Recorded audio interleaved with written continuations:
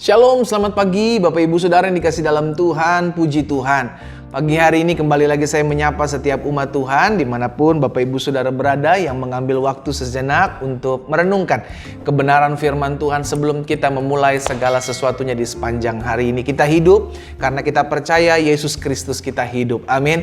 Karena Yesus Kristus Tuhan kita hidup, maka kita akan melakukan perkara-perkara besar dalam kehidupan kita. Dan benarlah apa yang dikatakan firman Tuhan, bahwa carilah kerajaan Allah serta kebenaran yang terlebih dahulu, maka semuanya akan ditambahkan kepadamu. Haleluya. Melalui program Bible and Coffee ini, saudara yang dikasih dalam Tuhan, saya rindu mengajak setiap umat Tuhan dimanapun Bapak Ibu Saudara berada, ayo renungkan firman. Kenapa? Karena ketika Yosua akan memasuki tanah perjanjian, Yosua mengalami ketakutan, kepanikan, kecemasan, kekhawatiran. Tapi Tuhan mengingatkan Yosua, jalanlah terus, jangan melenceng ke kanan, jangan melenceng ke kiri, dan renungkanlah firman Tuhan. Maka apapun yang kau kerjakan di bawah tangan Tuhan berhasil, karena Tuhan menyertai hidup kita. Kita mau menjadi pribadi-pribadi yang disertai Tuhan. Kita mau menjadi pribadi-pribadi yang kuat menghadapi tantangan, belajar untuk tetap tinggal dalam firman Tuhan. Mari saudara dikasih dalam Tuhan, kita akan merenungkan firman Tuhan pagi hari ini. Kita berdoa, kita datang kepada Tuhan. Bapa, terima kasih buat kasih karunia Tuhan. Terima kasih buat anugerah Tuhan.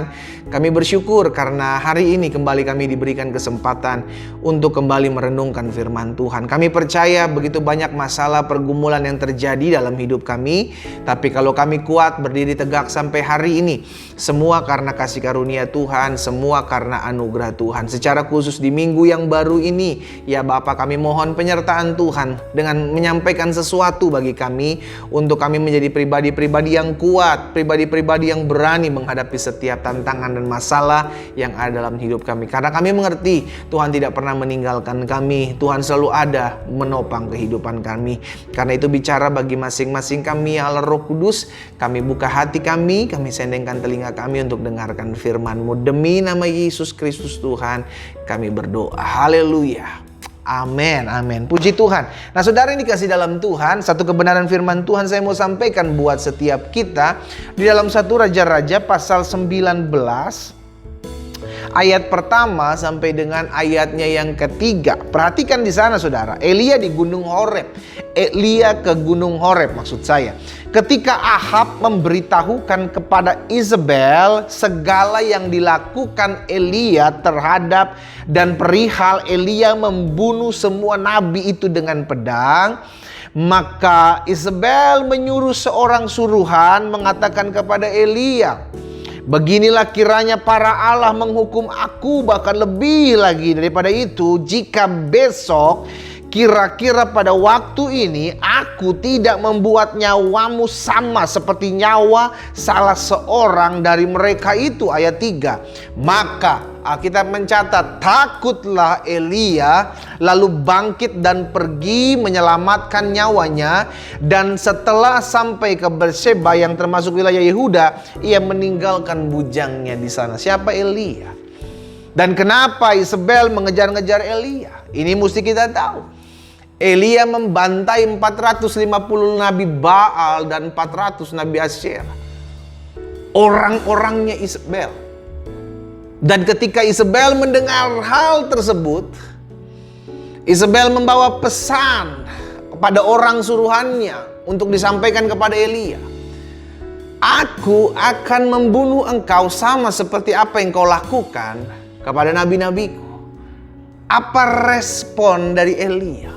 Alkitab mencatat di ayat yang ketiga, maka takutlah Elia. Saudara dikasih dalam Tuhan, Elia sebelum kejadian ini membantai dengan gagah perkasanya 450 nabi Baal dan 400 nabi Asyera. Kemana Elia yang 900 membantai 950 nabi-nabi Baal ini? Kemana dia setelah diancam oleh seorang wanita yang bernama Isabel? Lalu Alkitab mencatat dia menjadi takut, lalu bersembunyi. Jadi ini yang akan kita renungkan pagi hari ini saudara dikasih dalam Tuhan. Ada perkataan-perkataan atau ada berita-berita yang sering kali membuat kita hidup bahkan tinggal di dalam ketakutan. Perkataan atau pesan berita dari apa yang disampaikan oleh suruhannya Izebel untuk disampaikan kepada Elia, dan Elia mendengar, maka dampaknya Elia menjadi sangat takut, lalu bersembunyi.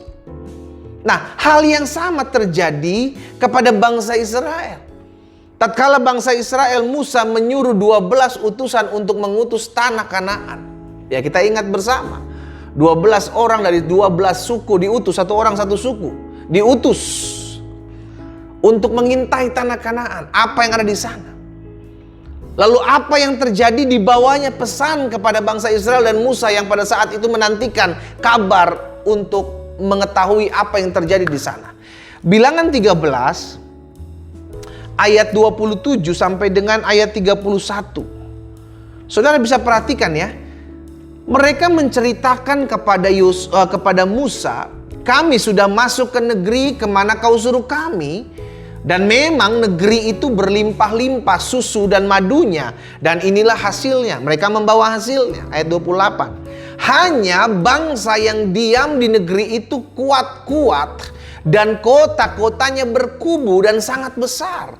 Juga keturunan Enak telah kami lihat di sana. Keturunan Enak adalah keturunan orang-orang yang berbadan besar, raksasa-raksasa. Ayat 29. Orang Amalek diam di tanah Negeb, orang Het, orang Yebus, orang Amori diam pegunungan, orang Kanaan diam di sepanjang laut dan sepanjang tepi sungai Yordan. Tapi ayat 30, Alkitab mencatat kemudian Kaleb mencoba menenteramkan hati bangsa itu di hadapan Musa. Katanya, tidak, kita akan maju dan menduduki negeri itu sebab kita pasti akan mengalahkannya. Tapi ayat 31 kembali lagi, orang-orang yang pergi ke sana bersama-sama dengan dia berkata, kita tidak dapat maju, kita nggak bisa menyerang bangsa itu karena mereka lebih kuat daripada kita. Saudara, hal yang sama, bangsa Israel diperhadapkan dengan dua berita. Di sisi lain ada ke-10 orang yang diutus menyampaikan berita yang penuh dengan ketakutan, penuh dengan kecemasan, yang akhirnya membuat tawar hati bangsa Israel. Tapi di sisi lain ada Kaleb dan Yosua yang mencoba, Alkitab katakan, mencoba menenteramkan bangsa itu. Bukan berarti mereka berdua dan bersepuluh ini melihat hal yang berbeda. No, mereka melihat hal yang sama. Tapi yang kedua orang ini melihat dengan iman mereka kepada Kristus, melihat iman mereka kepada Allah, memandang kepada Allah dan kuasanya yang memberikan kepastian untuk dapat maju. Kenapa? Karena Allah yang menyertai mereka. Tapi yang ke-10 orang ini hanya melihat apa? Hanya melihat masalahnya. Hanya terfokus kepada masalahnya. Gak bisa orang di sana besar-besar. Gak bisa banyak penduduk yang jago berperang. Gak bisa lah di sana susah. Kita ini kecil-kecil. Kita ini gak bisa punya tenaga. Kita pasti akan mati. Kita pasti akan kalah. Jadi ada dua hal, saudara dikasih dalam Tuhan, yang sering kali dihadapkan dengan kita dalam kehidupan iman Kristen. Berita yang baik atau berita yang buruk. Sekarang yang menjadi permasalahannya bukan soal berita baik atau berita buruk yang kita dengar, tapi respon kita sebagai pendengar. Sama-sama bilang sama saya, respon saya sebagai pendengar. Sebagai pendengar yang baik, kita nggak boleh langsung menangkap semuanya dan kita simpan. Kalau itu firman Tuhan, kalau itu perkataan Tuhan, yes, itu yang harus dilakukan. Engkau dengar, engkau simpan dalam hatimu, engkau imani. Tapi kalau itu bukan berdasarkan firman Tuhan yang cenderung membuat kita takut, yang cenderung membuat kita khawatir, cenderung membuat kita cemas, justru harusnya kita pilah-pilah. Makanya selalu saya bilang belajar untuk punya karburator, iya kan, belajar untuk punya saringan daripada telinga kita. Nggak selamanya apa yang kita dengar ini harus kita simpan dalam hati kita. Kalau nggak sakit hati kita, saudara. Ada banyak omongan orang yang jahat tentang kita, ada banyak orang nyakitin hati kita terus kita simpan dalam hati kita, sakitlah hati kita, kepahitanlah hati kita nanti. Makanya selalu saya bilang punya untuk saringan telinga. Supaya apa yang kita dengar, berita-berita dari luar kita saring. Biar apa yang baik saja yang saya terima, apa yang manis, apa yang sedap didengar, apa yang patut dipuji, biar itu aja yang saya terima. Sehingga tidak lagi ada ketakutan, tidak lagi ada kecemasan, tidak lagi ada kekhawatiran dalam kebimbangan dalam kehidupan kita mengiring Tuhan. Ini yang terjadi hari-hari ini. Berita hoax di mana-mana, berita palsu tersebar di mana-mana. Kita sulit membedakan. Tapi izinkan sebagai hamba Allah pagi hari ini saya mau menyampaikan, apapun yang kita dengar dengan kedua telinga kita, belajar engkau saring. Jangan langsung engkau ambil sebuah kesimpulan, wah bener ya bangsa Israel ini kita gak akan pernah bisa maju. Wah bener nih, kita gak akan pernah bisa masuk. Wah susah nih. Saudara yang dikasih dalam Tuhan, ingat. Apapun yang kita dengar, belajar, kita cerna. Karena ketika kita dengar, maka kita harus menjadi pendengar yang baik. Sehingga setiap berita-berita dari luar yang kita dengar, kita saring. Sama-sama bilang sama saya harus saring. Sehingga setiap berita yang kita dengar tidak langsung kita ambil sebuah kesimpulan, tapi kita saring. Sehingga apa yang baik saja yang kita terima, apa yang membangun saja yang kita terima, apa yang bermanfaat saja yang kita terima, dan apa yang menjadi kekuatan aja yang kita terima. Maka hidupmu akan tetap kuat. Karena apa yang kau dengar, itu yang akan bisa mempengaruhi kehidupanmu. Kita berdoa, kita datang kepada Tuhan.